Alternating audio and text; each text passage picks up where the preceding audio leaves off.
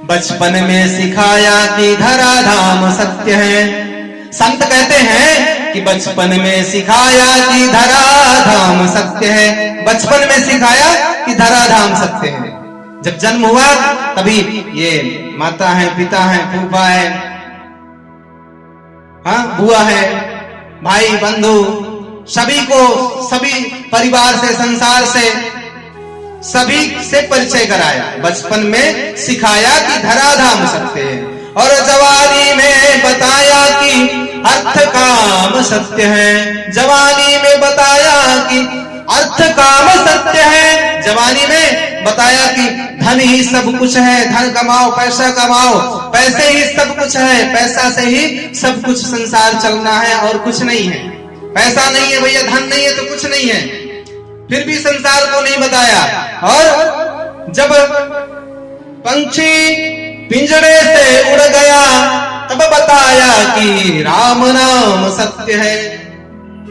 बताओ, ये पहले ही पता हो जाए कि भगवान ही सत्य है, राम नाम ही सत्य है, तो फिर भैया सब समझ जाए, सब मालूम होता है, सबको मालूम भी होता है कि भगवान ही सत्य है, लेकिन फिर भी ये मन भगवान में नहीं लगता है। मन बहुत चंचल है। ये मन को संभालो भैया, नहीं तो दुर्दशा होगी। कुछ भी हो, ये मन को भगवान में लगाओ कैसे भी। ये शरीर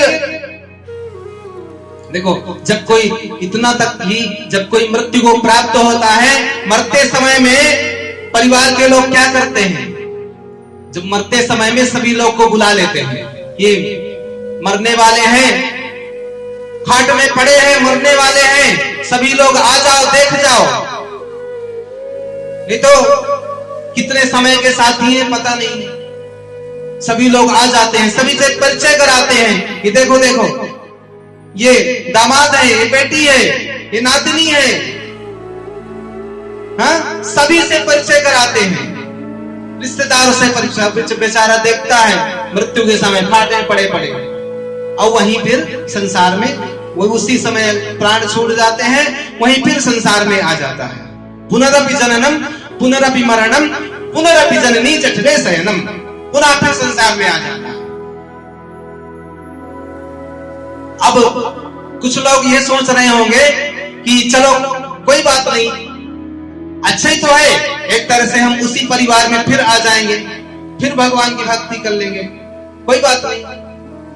लेकिन जरूरी नहीं है कि आप संसार में अपने परिवार में मनुष्य बन करके ही आ जाएं, इतना जरूरी नहीं है। कुत्ता बिल्ली बन करके भी आ सकते हैं, कैसे भी किसका स्मरण हो जाए क्या बन करके आ जाए, जरूरी नहीं है। परिवार में कैसे भी आ सकते हैं। इसीलिए परिवार से मोह नहीं करना है, प्रेम भगवान से करो।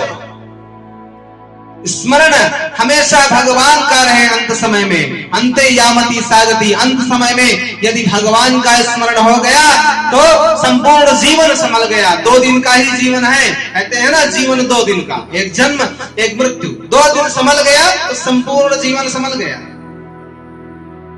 जितना मृत्यु के समय जितना पीड़ा होती है, तो 1000 बिच्छू के डंक मारने से जितनी पीड़ा होती है, उतनी पीड़ा मृत्यु के समय में होती है महाराज। इसलिए अंत समय में भी जरूरी नहीं है कि भगवान का स्मरण हो जाए, बहुत कठिनाई होती है।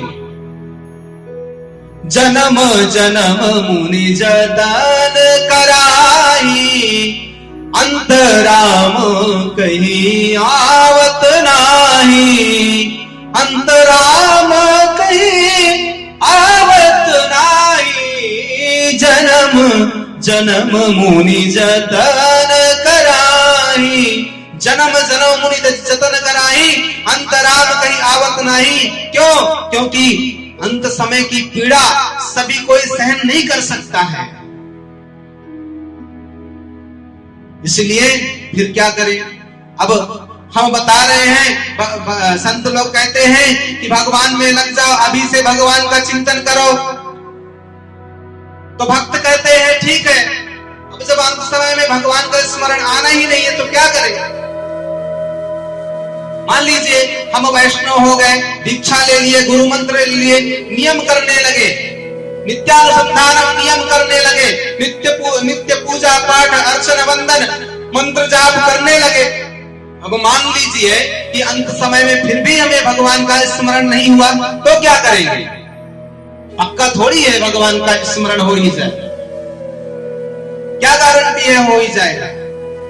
तो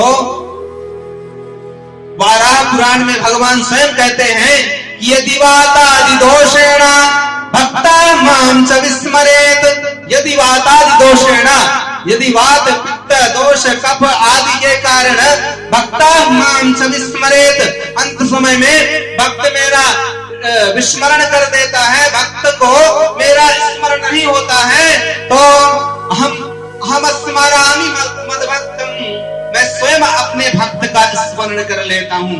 अहम स्मरामि मद्भक्तम् नयामि परमां गतिम्, मैं स्वयं अपने भक्त का स्मरण करके उसे परम गति प्रदान कर देता हूं। बोले भक्तवत्सल भगवान की जय। इससे अच्छा क्या हो सकता है मेरा बंधुओं? इससे अच्छा कुछ नहीं हो सकता है भक्तों के लिए। इसलिए मैं कहता हूं कि कर्म कभी व्यर्थ नहीं जाता है। सत्कर्म किया हुआ सत्कर्म, पूजा पाठ, तब भगवत आराधन कभी व्यर्थ नहीं जाता। वो भगवान की प्राप्ति करवाएगा ही करवाएगा। साधन से ही भगवान प्राप्त होते हैं, भक्ति से ही भगवान